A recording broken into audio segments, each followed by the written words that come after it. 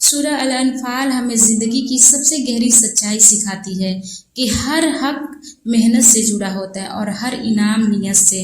اگر تمہاری نیت پاک ہے تو اللہ تمہیں وہی دے گا جس کی تم سچ میں قابل ہو۔ کبھی ایسا لگا کہ پوری دنیا خلاف ہو گئی ہے، ہر دروازہ بند، ہر راستہ اندھا، پھر بھی کہیں نہ کہیں دل میں ایک امید زندہ رہتی ہے۔ سورہ الانفال ہمیں اس موڑ پر لے جاتی ہے جہاں انسان کی طاقت ختم ہو جاتی ہے اور اللہ کی مدد شروع ہو جاتی ہے۔ جنگ بدر میں مسلمانوں کی تعداد تھی صرف 313 اور سامنے تھے 1000 سے زیادہ دشمن جن کے پاس طاقت تھی، ہتھیار تھے، گھمنڈ تھا، مگر اللہ نے آسمان سے فرشتے اتارے۔ استستغیثون ربکم، جب تم نے اپنے رب سے مدد مانگی تو اس نے فرشتوں کی فوج بھیج دی۔ سوچیے کیسا یقین ہوگا وہ جس پر اللہ خود جواب دیتا ہے۔ سورہ الانفال ہمیں یاد دلاتی ہے کہ مومن کی سب سے بڑی طاقت اس کا بدن نہیں، اس کا سجدہ ہوتا ہے۔ جب انسان دنیا کے سارے دروازے بند پا کر ماتھا جھکا دیتا ہے تو اوپر والا اپنے خزانے کھول دیتا ہے۔ اس سورہ میں اللہ بتاتا ہے کہ فرشتے صرف جنگ میں تلوار چلانے نہیں آئے تھے بلکہ وہ دلوں میں سکون اور حوصلہ بھرنے بھی آئے تھے۔ کبھی آپ محسوس کرتے ہیں کہ کوئی ہے جو آپ کو گرنے سے بچا لیتا ہے، جو دل ٹوٹنے سے پہلے سنبھال لیتا ہے۔ وہ مدد کبھی دکھاتی نہیں مگر دل جانتا ہے کہ یہ صرف اتفاق نہیں تھا، یہ رب کی تدبیر تھی۔ سورہ الانفال کا یہ حصہ ہمیں بتاتا ہے کہ مدد کب اور کیسے آئے گی۔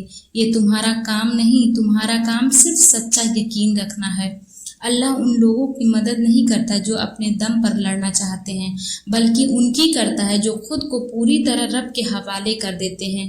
جسے رب پر بھروسہ ہوتا ہے اسے بھیڑ نہیں ڈراتی، اندھیرے نہیں روکتے، کیونکہ اسے معلوم ہوتا ہے کہ روشنی اسی کے ساتھ چلے گی۔ کبھی آپ نے اندر جھانکا ہے؟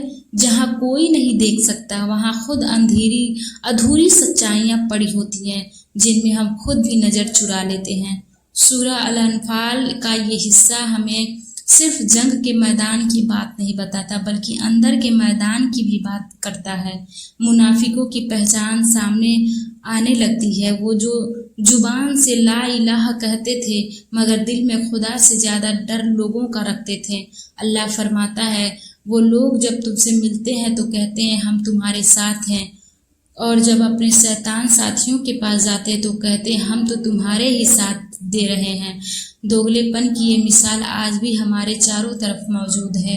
کبھی ہم خود بھی اسی دوہرائے پر کھڑے ہوتے ہیں جہاں ہمیں فیصلہ لینا ہوتا ہے کہ ہم کس اور ہیں، ایمان کی طرف یا صرف دکھاوے کی طرف۔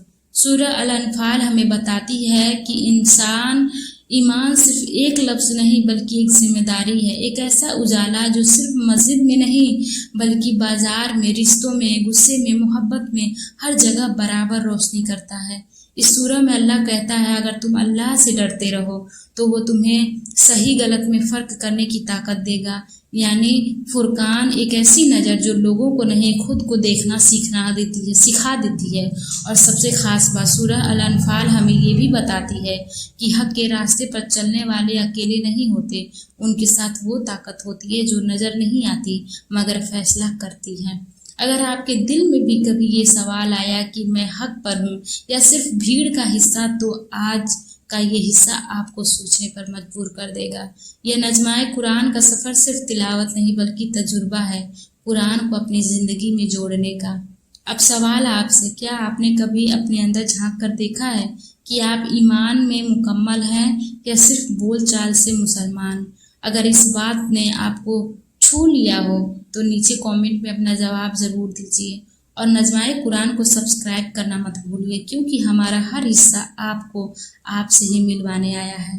جزاک اللہ خیر۔